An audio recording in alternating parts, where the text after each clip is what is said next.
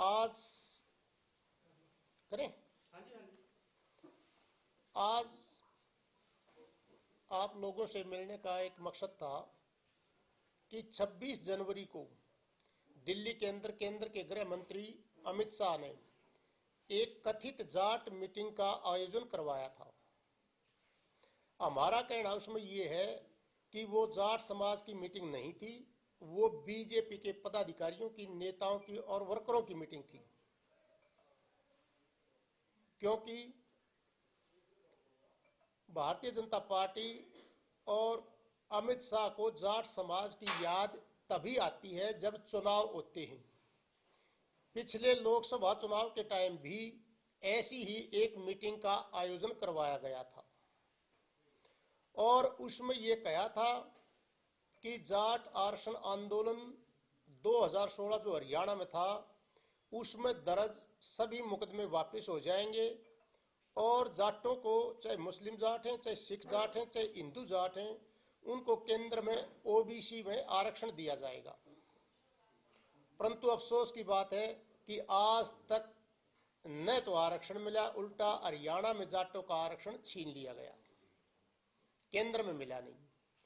मुकदमे वापसी की जहां तक बात है, केवल यशपाल मलिक पर 27 मई 2016 को जींद के अंदर देशद्रोह का केस दर्ज हुआ था, वो मुकदमा वापस किया है। बल्कि इसके अलावा हजारों जाट समाज के लोगों पर आज भी मुकदमे चल रहे हैं जाट आरक्षण की।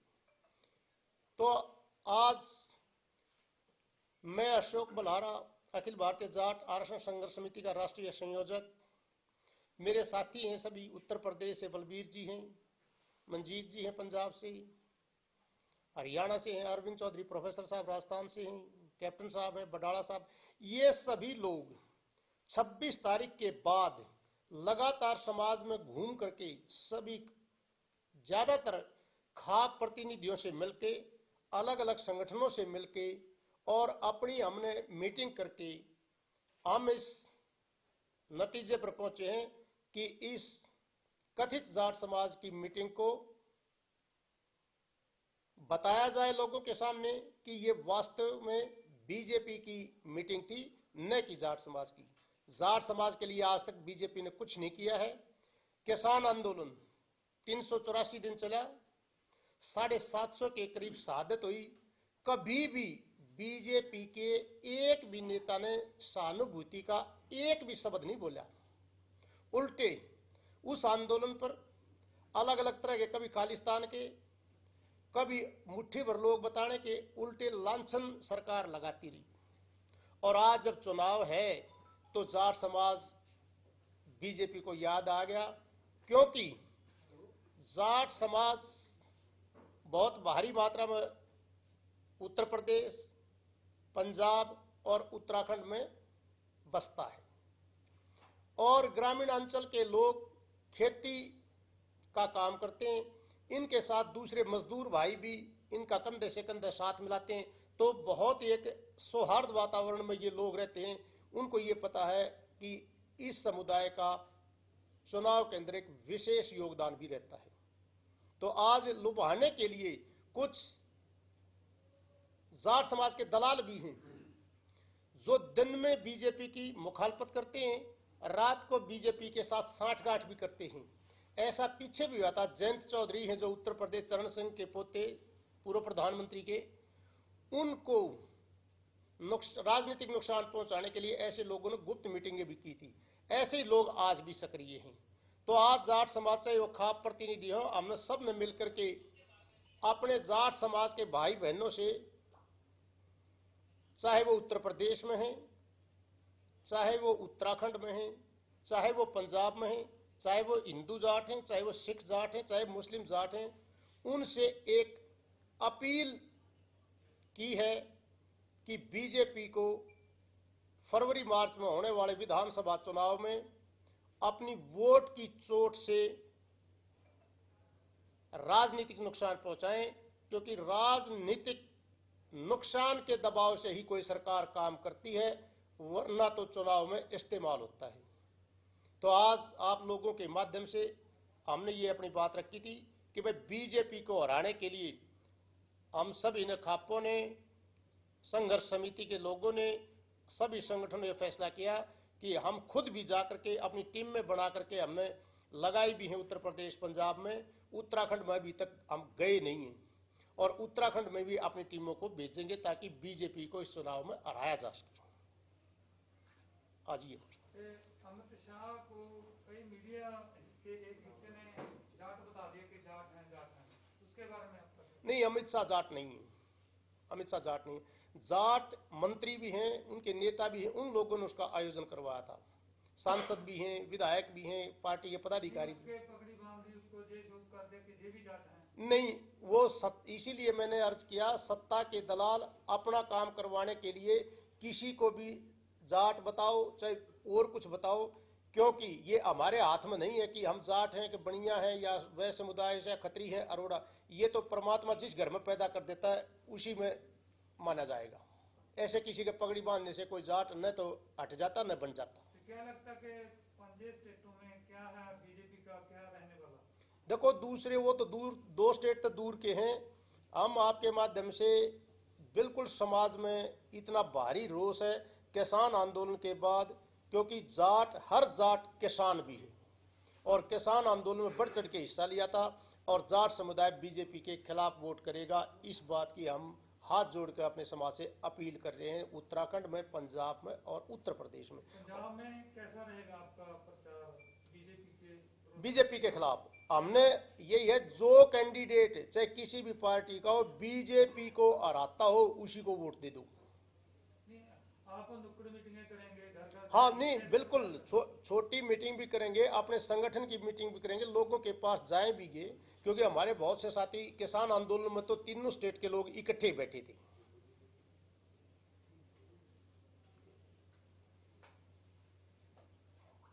बीजेपी ने जो जयंत चौधरी को न्योता दिया है कि हमारे साथ गठबंधन के लिए आए और बाद में भी दरवाजे खुले हुए हैं, तो इस पर क्या सोचना है? देखो, कल भी टाइम्स ऑफ इंडिया ने लिखा है, उसमें जयंत चौधरी का इंटरव्यू छपा हुआ है। जयंत चौधरी ने बिल्कुल ये कहा है कि हम ऐसे लोग नहीं हैं जिसके साथ समझौता। उन्होंने ये लिखा, हम ये अपनी तरफ से नहीं करे, जयंत चौधरी की तरफ से जो छपा है वो बता रहे। आपने तो पता ही है कि उन्होंने कहा कि जिसके साथ समझौता वो सपा के साथ समझौता कर रहे हैं। हाँ, ये मैं अपनी तरफ से कह रहा हूं कि जयंत चौधरी के लिए अब की बार पश्चिम उत्तर प्रदेश में बहुत ही अच्छी पोजीशन है, क्योंकि जो एक भाईचारा बीजेपी ने 2013 में खराब करा दिया था, जाट और मुसलमान के झगड़े होते, उस खाई को पाट दिया है। जाट और मुसलमान इकट्ठी वोट डालेगा। जी, हरियाणा में भी जाट एजुकेशन हुआ। हाँ जी, उसमें भी काफी नुकसान हुआ। उसके बाद भाजपा ने कुछ फायदा उठाने की भी कोशिश की। उसके बाद लीडर्स आए चले गए। अब आप किस तरह से माहौल देख रहे हैं? देखिए, बिल्कुल आपकी बात है। बीजेपी ने ही 1.35 का, इसी पार्टी के जो लीडर हैं, अभी वेस्टर्न यूपी में इंचार्ज भी हैं, हरियाणा से कई लोग हैं, उनके खिलाफ कोई बात नहीं होती, कोई ऐसी बात, कोई चर्चा नहीं? नहीं, वो चर्चा चलती है, वो बिल्कुल अब जोरों से। आपने रादर 2-3 सीबीआई के मुकदमे हैं उन्होंने जो करवाए। हाँ, बिल्कुल हमने उनके साथ, देखो ना आज कहाँ है। पिछले चुनाव में जो, मैं आपको बिल्कुल एक ईमानदारी से कहना चाहूंगा, जाट समुदाय उन मंत्रियों से उम्मीद करता था कि वो मदद करेंगे, परंतु उन लोगों ने मदद नहीं की, उन्होंने मुंह की खानी पड़ी। इसलिए और आज भी जो लोग बीजेपी का साथ दे रहे हैं उनको आने वाले चुनाव में मुंह की खानी पड़ेगी, चाहे कोई भी हो। जो अपनी बरादरी का अपनी वोट के लिए इस्तेमाल करेगा और फिर उसकी मदद नहीं करेगा मजबूरी के टाइम या दिक्कत के टाइम, उसका समाज बिल्कुल साथ नहीं देगा, चाहे कोई भी हो। उनका इशारा तो वो हाँ, कितनी सीट्स हैं वेस्टर्न यूपी की टोटल? 136। देखियो, ये बलबीर जी बता सकते हैं, ये मथुरा से हैं, ब्रजमंडल से। 136 सीटें हैं और उस 136 सीट पर भाजपा के लोग प्रचार नहीं कर पा रहे हैं। कोई किसी से ये नहीं कह रहा कि आप इनको, वहां इतना भाईचारा स्थापित हो चुका है। जो पहले दंगे हुए थे, अब वो सब इकट्ठे होके भाजपा के मंत्री से लेके संतरी तक कोई भी विधायक प्रचार नहीं कर पा रहा है। कहीं गाड़ियां तोड़ी जा रही हैं, हम लोग नहीं कहते गाड़ी तोड़ो, लेकिन वहां जनता ही इनको नाम से ही नहीं सुनना चाहती है, इन्हें देखना नहीं चाहती है। वो हालत उत्तर प्रदेश में इस समय हो रही है। तो कितनी सीट लेके जा सकती है बीजेपी वहां पे वेस्टर्न यूपी में? वेस्टर्न यूपी में जहां तक हमारा जाटों का जो इलाका 136 सीट है ये हमारी वेस्टर्न यूपी में, जिसपे हम जाट बहुत ही ज्यादा बड़ी तादाद में, कहीं 20% है, कहीं 30% है, कहीं 15%, 17%, यानी हम लोगों ने ऐसा कर रखा है कि उसमें से हम इनको बहुत गिनी चुनी सीटें लेके जाएंगे, जो ये पहले बड़ी तादाद में लेके आए थे। अब के वहाँ सीट इनके लिए है ही नहीं। भाजपा का वो हाल हो रहा है कि वहाँ प्रचार करने में ये घबरा रहे हैं, जा नहीं पा रहे हैं गाँव में। हमारे यहाँ रोजाना पेपरों में छपता है, आप यूट्यूब पे और इस पे भी आता रहता है, वहाँ से खदेड़ दिया। अब वहाँ खदेड़ा हो रहा है, वहाँ चुनाव नहीं चल रहा है। भाजपा का नाम सुनते ही पब्लिक टूट पड़ती है, क्योंकि बेरोजगारी, ये तो इन्होंने इतने झूठे वादे किए, जाटों के साथ ही किए। और भाईचारा जो हमारी कमेटी क्यों बनी है, भाईचारा के हमारी जो अन्य बिरादरियाँ जो 36 बिरादरी चलती थी, वो इसी वजह से आई है कि उनके साथ भी छलावा हुआ है। ये जुमलेबाज है, इनके कुछ नहीं है सिवाय एक जुमलों की। बलारा जी भी कितने टोटल केस रजिस्टर हुए थे तब, और अभी कितनों में ट्रायल सही मायने में भी चल रहा है? देखिए 2105 मुकदमे दर्ज हुए थे, जिसमें 1100 मुकदमे अनट्रेस हुए। वो आज भी हाई कोर्ट की मॉनिटरिंग में आईजी एसआर की लीडरशिप में चल रही है। और सरकार ने लिपापोती करने का प्रयास किया था, वायदे करते रहे, मुकदमे खत्म नहीं हुए। कभी हाई कोर्ट का डंगा लगवा देते हैं, इन्हीं के आदमी होते हैं, उचित पैरवी नहीं करके हमारे मुकदमे खत्म नहीं। केवल यशपाल मलिक का मुकदमा खत्म हुआ है। यदि कोई मुकदमा खत्म हुआ है, ऐसा नहीं कि मुकदमे खत्म नहीं हुए, परंतु वो ऑन मेरिट हुए हैं। मतलब ट्रायल फेस करके, हाँ, ट्रायल फेस करके, क्योंकि झूठे मुकदमे थे इसलिए उसमें एक्विट होते जा रहे हैं लोग। 3-4 मुकदमे में सजा भी हुई है। हाँ। और हमारे उत्तर प्रदेश का तो जाट एक चीज और समझ चुका है कि यशपाल मलिक जी का एक अकेला उन पर राष्ट्रद्रोह का मुकदमा और वो वापस हो गया। आज वह जाट इसी बात से नाराज है कि भाजपा इन पे इतनी क्यों मेहरबान है, क्योंकि वो भाजपा के लिए काम करते हैं, इसलिए जाट उनकी आज कोई बात मानने को उत्तर प्रदेश में कोई भी उन्हें ना बुलाता है और ना उनकी कोई बात मानता है। यशपाल जी के साथ कोई भी जाट चलने को तैयार ही नहीं है, क्यों वो जान चुके हैं ये भाजपा की मदद करते हैं, उल्टा सीधा किसी भी तरीके से मदद भाजपा की करते हैं। देखिए उत्तर प्रदेश की जो तासीर है ना, तो हम सहारनपुर से शुरू हो जाते हैं। सहारनपुर मंडल है, मेरठ मंडल है, मुरादाबाद मंडल है, आगे इधर का ब्रज मंडल, आगरा मंडल है। इसमें 3 फेज में इलेक्शन है।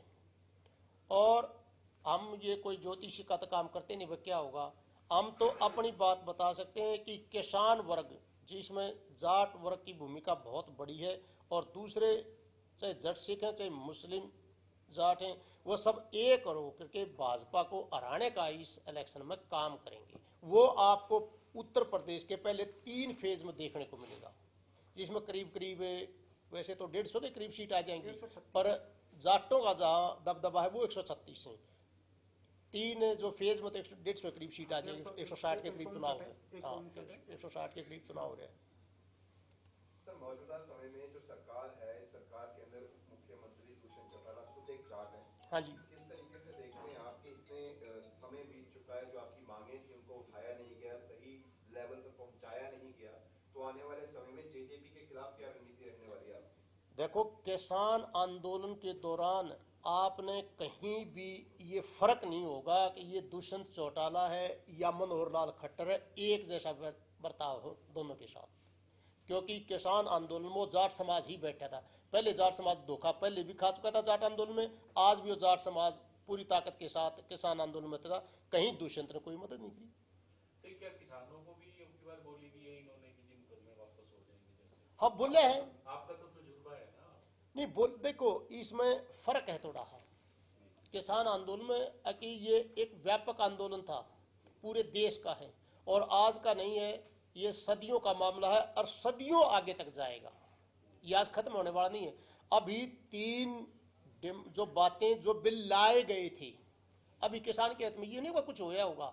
ये तो बिल किसान के खिलाफ लाए गए थे, केवल वो प्रधानमंत्री की हट के कारण जो कह रहा था मैं जो मोदी की जो बात कहता है वो वापस नहीं करता, उसकी तो एकड़ी तोड़ दी। अब उसने वापस करने पर अपॉलॉजी फाइल की पब्लिक के सामने। दूसरा, अब आंदोलन तो आ गया, एमएसपी के लिए चलेगा और वो देशव्यापी होगा। तो सर कर्म में वापस हाँ, होंगे या अब देखो हम तो उम्मीद तो ये करते हैं कि भाई किसानों का इतना देशव्यापी दबाव है। जाट एक लिमिटेड क्षेत्र में थे, हो सके उन्होंने वोट के मायने देखे होंगे, दूसरे क्या सोचा होगा। और किसान के साथ तो ऐसा, क्योंकि पूरे देश व्यापक आंदोलन है और आगे और बड़ा बनेगा, अभी तो कम था और भी देश में बढ़ेगा। तो हम मानते हैं कि भाई ये करने चाहिए, नहीं करते तो फिर जाट लीडर वो किसान लीडर कह रहे हैं। अभी 15 जनवरी को मीटिंग हुई थी संयुक्त मोर्चा की, अब आगे क्योंकि चुनाव में है उसके बाद करे फिर देखेंगे। नहीं सर, आप यशपाल मलिक के ऊपर जैसे हम सवाल उठा रहे हैं, ऐसे ही यूपी के प्रोमिनेंट किसान लीडर भी हैं, जाट समुदाय से भी हैं, टिकैत साहब, उनके बारे में उनका क्या रोल रहा आपके इसमें पूरे सिस्टम में? नहीं, टिकैत साहब हैं चाहे दूसरे किसान लीडर हैं, वो बिल्कुल अपनी जगह सही हैं। हमारा किसी से वैसा कोई ये नहीं कि भाई किसी पर्टिकुलर आदमी से हमारा कोई द्वेष या कोई नफरत, ऐसा कुछ नहीं है। परंतु हम तो ये देखते हैं जाट आरक्षण संघर्ष समिति के वो उस टाइम राष्ट्रीय अध्यक्ष थे। 19 दिसंबर को पीछे एसआर में तो जाट समाज ने उनको प्राइमरी मेंबरशिप से ही बर्खास्त कर दिया, आपके अखबारों ने 20 तारीख में छपा हुआ है। और क्योंकि वो बीजेपी के साथ उन अपना मुकदमा कैसे, ये सब सोचने की बात है। भाई एक मुकदमा तो खत्म हो जाता है, वो भी देशद्रोह का, और बाकी चल रहे हैं। तो लीडर की जिम्मेदारी ये बनती है सबके खत्म कराओ। पंजाब में जो गरीब जाट हैं उनके आरक्षण का चल रहा था मामला, पहले कैबिनेट में जो बादल सरकार थी कैबिनेट में पास कर दिया था, उसके बाद कैप्टन ने वादा किया था वो पूरा नहीं हुआ। पंजाब में क्या करेंगे आप? देखिए वो बादल ने केवल कैबिनेट का था, उसका नोटिफिकेशन नहीं हुआ था। मीन टाइम ये कैप्टन अमरिंदर की सरकार आ गई, वो यही छलावा ही करते रहे भाई देंगे देंगे, दिया नहीं है क्योंकि बीजेपी के साथ तालमेल था, दिया नहीं है। आज हम मांग कर रहे हैं कि भाई जाट, चाहे वो हिंदू जाट है, चाहे सिख जाट है, चाहे मुस्लिम जाट है, तीनों को केंद्र में ओबीसी हो और हर स्टेट में हो। अब यहाँ पंजाब और हरियाणा बच रहे हैं, उत्तराखंड में भी है, हिमाचल में भी है, बिहार में भी है, मध्य प्रदेश में भी है, उत्तर प्रदेश में भी है, दिल्ली में भी है जाटों का आरक्षण, राजस्थान में तो केंद्र में भी है, धौलपुर और भरतपुर को छोड़ करके। पंजाब के अंदर जिस तरीके से किसान नेता गुरनाम सिंह चलूनी राज्यपाल हो गए, वो अपनी पार्टी लॉन्च करके अब चुनाव लड़ रहे हैं। संयुक्त किसान मोर्चा ने उन्हें बर्खास्त कर दिया है कि, और अब जाटों का क्या कहना है कि मुख्य रूप से जाट भी वही किसान थे जो किसान आंदोलन के दौरान जो है बदसपुर वहाँ पे प्रदर्शन कर रहे थे कृषि कानूनों के खिलाफ। तो अब क्या स्टैंड रहेगा? आप इस चीज को कैसा मानते हैं? देखो हम ये राजनीति में आना किस हद तक जायज है, किसानों का इलेक्शन लड़ना कहाँ तक जायज है? देखो ये बात प्योरली सियासी मसला है और बड़ा भी है और प्रोमिनेंट भी है। किसान ने राजनीति में तो जाना ही चाहिए। चौधरी छोटूराम जी जब इंडिया और पाकिस्तान इकट्ठे थे, आपको याद भी हो कोई से भाई ने, ये एपीएमसी एक्ट जो आज चल रहा है ये 1939 में लाहौर असेंबली में पास किया था। लैंड एलिएशन एक्ट 1938 में, वो यदि वो राजनीति में नहीं होते तो वो ये काम नहीं कर पाते। आपका सवाल समझ गया मैं, परंतु उसमें ये है कि हमें भी इस बात की पीड़ा है, ये वास्तविकता है। इसमें कोई हमारे साथी बैठे बहुत पंजाब से सारे हैं, बलजिंदर हैं, कमल जी हैं, परंतु क्या करें, ये जत्थेबंदियों का मामला था। हम तो ये चाह रहे थे कि 32 की 32 जत्थेबंदी इकट्ठी उतर जाती चुनाव में तो बहुत ज्यादा फायदा भी होता है, किसान और मजदूर की बात सुनी जाती और अपनी कलम से कानून बनाती। तो वही ना सर, तैयारी तो इनकी थी नहीं कुछ। अब वो देखो वो लेकुनत रह जाता है जी, कहीं न कहीं खुद का नुकसान हो कोई कहीं तजुर्बे की भी कमी रह जाती है, कहीं तैयारी की भी। अब किसान बेचारा लंबे समय से आंदोलन में बैठा था, ऊपर से चुनाव एकदम तैयारी भी करनी पड़गी, तो कहीं न कहीं लेकुनत रह जाता है। नहीं, पर ये किसान आंदोलन आपका यूपी, हरियाणा, पंजाब से बाहर नहीं फैल पाया, ये दावे सरकार की तरफ से भी किए जाते रहे और लग भी रहा था कि पार्टिसिपेशन कम है, तो ऐसा क्या कारण? ऐसा कारण सर ये था 1936 के चुनाव में केवल 2 सरकार गैर कांग्रेस की बनी थी, पंजाब और बंगाल में। यहाँ यूनिस्ट पार्टी की बनी थी, यहाँ ऑल की जिसको टाइगर बंगाल कहा जाता है उनकी सरकार, 7 सरकार कांग्रेस की बनी थी। ये उन्हीं दिनों का मसला है कि ये हमारा जो पंजाब हरियाणा है, चाहे ये वेस्टर्न यूपी के जो जिले हैं मेरठ मंडल के, 1941 में भी एक ऐसी रिपोर्ट आई थी कि भाई इनको दिल्ली में अम्बाड़ा डिवीजन, आज का हरियाणा केवल अम्बाड़ा डिवीजन होता था, शिमला और कांगड़ा इसके अंडर होते थे, और मेरठ मंडल को और इसको मिला के दिल्ली सूबा पूरी स्टेट बनाने की बात थी। 1941 में रिपोर्ट आई थी ये। परंतु उन्होंने भाई ये पाकिस्तान का जन्म होने के लिए सिद्ध होता, इसलिए जो साहब ने रखवाया था। तो आज इसीलिए ये था किसान आंदोलन, हम जो यहाँ का इलाका है इन लोगों ने उस चीज का फायदा उठाया है और ये समृद्ध हुए हैं उन कानूनों की वजह से। आज हमारे बगल में राजस्थान है, वहां एपीएमसी एक्ट आज भी लागू नहीं है। बिहार में मक्का 1900 का एमएसपी था, 800 रुपए में पिट रहा था क्योंकि एमएसपी वो नहीं था। तो ये तो जैसे जैसे जागरूकता बढ़ेगी, इसीलिए मैंने अर्ज किया ये सदियों से चला है, सदियों तक चलेगा, क्योंकि किसान तो पिटा पड़ा है। ये आंदोलन तो बहुत व्यापक होगा आने वाले समय में। ऐसे भी सारे देश ਦੇ ਅੰਦਰ ਦਾ ਇਹਦਾ ਸਰਕਾਰ ਦਾ ਭਰਮ ਜਾਲ ਦਾ ਇੱਕ ਫੈਲਾਇਆ ਵਾ। ਕੌਣ ਕਹਿੰਦਾ ਪੱਛਮ ਬੰਗਾਲ ਦੇ ਵਿੱਚ ਹੁਣ ਇਲੈਕਸ਼ਨ ਹੋ ਕੇ ਹਟਿਆ, ਕਿਸਾਨ ਉੱਥੇ बीजेपी ਦੇ ਅਗੇਂਸਟ ਵੋਟ ਪ੍ਰਚਾਰ ਕਰਕੇ ਆ, ਉਹਦਾ ਰਿਜ਼ਲਟ ਆਇਆ ਲੋਕਾਂ गए हैं किसान लोग वहां बंगाल ਗਏ में, ਹੈ।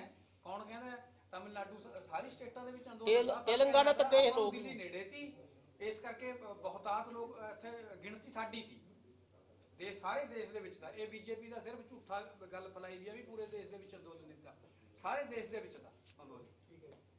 सही मायनों में देखा जाए तो देश का सबसे बड़ा आंदोलन मराठवाड़ा में चलता है किसान के नाम से, सबसे ज्यादा डेथ भी वहीं होती है।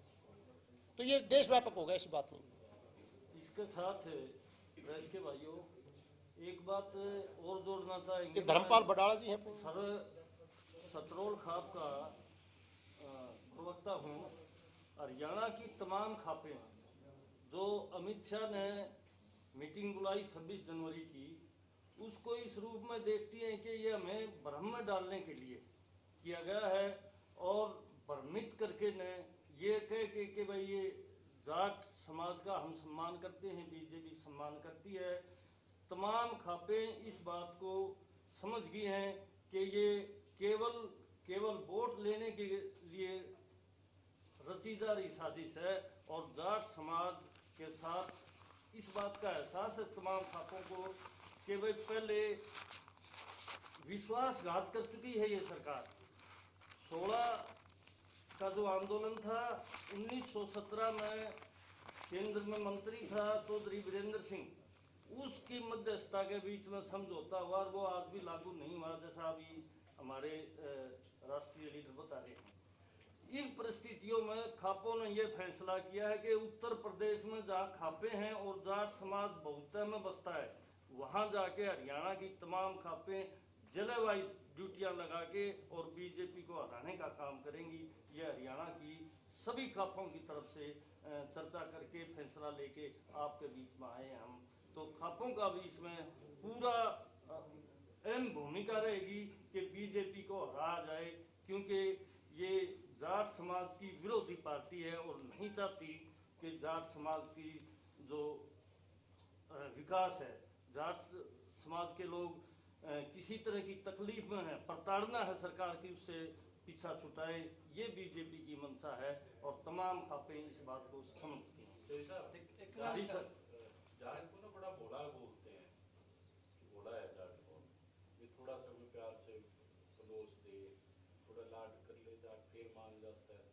ये आप इतना नाज ही रख रहे हो, सब कुछ रख रहे हो, फिर कि मैं किसी ने पड़ोस दिया फिर बुलारा सा राम राम करनी शुरू हो जाएगी। मतलब अब की बार ऐसा तो नहीं होगा यार? नहीं, राम राम तो करण की हमारी आदत है। आप हमारे खेत के पास के निकलोगे चाहे हमारा कुछ दिले, वो तो स्वभाव है। देखो स्वभाव बदलता नहीं है। जाट भोला इतना है, नहीं, थोड़ा सा लाड दिखा दिया फिर जाट मान गया। एक चल अगली बार नहीं। बात बिल्कुल आपकी सच्ची है, ये स्वभाव तो मैं झूठ बोल रहा हूँ तो फिर पड़ोस नहीं, बिल्कुल सही कह रहे आप, ये स्वभाव है। को पड़ोस देता है, थोड़ा सा किसी एक ने पड़ोस दिए, 2 पड़ोस दिए, 3 पड़ोस दिए, और फिर अपने सारी जनता चल पड़ती है। अब जाट ने टैक्टिस वोट हरियाणा में तो शुरू कर दिया, भले ही सरकार में आज बीजेपी बैठी है, परंतु जब उस टाइम किसी को नहीं पता था अब भाई दुष्यंत चौटाला साथ होंगे। दुष्यंत चौटाला 10 सीट जीत के 10 सीट पर सेकंड पोजीशन भी रही थी। जहां ये दिख रहा था कि दुष्यंत चौटाला का कैंडिडेट बीजेपी को हरा सकता, वहां समाज बिल्कुल साथ खड़ा था, परंतु आज वो भी उसी पाड़े में जा बैठा। क्या करें, ये राजनीति है। परंतु अब टैक्टिस वोट सीख ली। अब जो बलबीर जी बता रहे थे, बिल्कुल साथ में दूसरे भाई अपने मंजिंदर कमल जी बता रहे हैं कि अब यह गलती नहीं करेंगे, वोट की चोट बीजेपी के खिलाफ जाट लगाएगा। अब नहीं, ये बदलाव नहीं करेंगे। विश्वासघात करना इस सरकार की आदत बन गई। जाट अंदोलन ਦੇ ਵਿੱਚ ਵੀ ਵਿਸ਼ਵਾਸਘਾਤ ਕਰਿਆ ਔਰ ਕਿਸਾਨ ਅੰਦੋਲਨ ਦੇ ਵਿੱਚ ਵੀ ਵਿਸ਼ਵਾਸਘਾਤ ਕਰਿਆ ਔਰ ਇਸੇ ਕਰਕੇ 31 ਜਨਵਰੀ ਨੂੰ किसान जथेबंदियां ਵੱਲੋਂ ਵਿਸ਼ਵਾਸਘਾਤ ਦਿਵਸ ਮਨਾਇਆ ਜਾਣਾ ਹੈ। सभी जगह ਸਾਰੀ ਜਗ੍ਹਾ ਪਰ ਡੀਸੀ ਦਫ਼ਤਰ ਦੇ ਬਾਹਰ 10 ਵਜੇ ਧਰਨੇ ਦੇ ਜਾਣੇ ਆ, ਸਿਰਫ ਚੇਤਾਣੇ ਵਾਸਤੇ ਵੀ ਹੁਣ ਬਾਰ-ਬਾਰ ਤੁਹਾਡੀ ਇਹ ਵਿਸ਼ਵਾਸਘਾਤ ਕਰਨ ਵਾਲਾ ਸਿਸਟਮ ਚੱਲਣੇ ਦਾ ਨਹੀਂ ਹੈਗਾ, ਲੋਕਾਂ ਨੂੰ ਜਾਗਰੂਕ ਕਰਨਾ। क्या उनको थोड़ा समझाओ कि थोड़ा होमवर्क करो, अच्छे से तैयारी उस कॉलेज से 1905 में ग्रेजुएशन की, आज भी हम सब बैठे यहाँ अपने बच्चों की उम्मीद करते हैं कि सेंट स्टीफन में पढ़ जाए। अपने भीमराव अंबेडकर जी थे, 22 साल की उम्र में कोलंबिया स्टेट से जो है पीजी करके आए, ग्रे इन से लॉ करके आए इंग्लैंड से। तो पता एक एक दो दो था ना, आज हमारी जो गांव की स्थिति है वो बैकवर्ड है बहुत ज्यादा। अब आज की वैसे ऑफ रिकॉर्ड की बात कर लेना, अब इस फोन ने हमारा जीना तू बर कर दिया, हर बच्चे को फोन चाहिए, ऑनलाइन क्लास है। वो बच्चे को ये नहीं समझ में आ रहा टीचर कह रहा है, क्यों हमारी पढ़ाई स्कूल में मुश्किल होती है, ऑनलाइन तक कहाँ होगी। मेरा एक सवाल है आपसे। Yes sir. आप कहते हैं बीजेपी को ने स्टैप किया है आपको, तो आपके जो किसानों के लीडर थे, राजोवाल जी, रन्नी जी, टिकैत वगैरह भी नहीं, इन्होंने कहा था ना पोलिटिकल पार्टी में आएंगे, ना पॉलिटिकल बनाएंगे, ना किसी के खेल में जाएंगे। तो आप समझते हैं कि राजोवाल वगैरह ने आपको स्टैप किया पिछले पासे से सबको लीडर बन गया, पार्टी भी लड़ गया, इलेक्शन भी लड़ रहे हैं, तो आप लोग उनके साथ थे, लाखों बंदे वहाँ गए हो, सब जन वहीं बैठे हैं, वो लीडर बन के हमें इलेक्शन करना है, हमने ये करना है, हमने वो करना है, तो उन्होंने आपको स्टैप नहीं किया। बिल्कुल आप अपनी जगह बिल्कुल ठीक है, परंतु हो क्या रहा है, वाले किसान थे उनको स्टैप किया नहीं हो क्या रहा है। अब हम ये पहले ही कह चुके हैं कि 32 की 32 जत्थेबंदी आती तो बड़ा मजा आता चुनाव में। आज हम वहां भी उस पाले में भी बिखरे हुए हैं, परंतु सारी बात हम यहाँ कहें, आज किसान इतना टैक्टिस वोट पंजाब में डालेगा, उत्तराखंड में डालेगा, उत्तर प्रदेश में डालेगा, नतीजे आपको बताएंगे कि किसान चाहता क्या है, ये पता लगेगा 10 मार्च को। तो इनको राजोवाल के वोटर पड़ देगी, वो 10 मार्च को पता चलेगा जी, 10 मार्च को। आप चाहते हैं इनको वोटर पड़े? हम तो चाहते हैं सारे किसानों को पड़े, सारे किसान हो, हम तो चाहते हैं। आपसे जो आपका एजेंडा था, हाँ एक ही एजेंडा था, अब एजेंडा बदल गया। एजेंडा सर क्या है, देखो एमर्ज कोई चीज करती है, एक दिन में कोई पार्टी, बीजेपी कब बनी थी,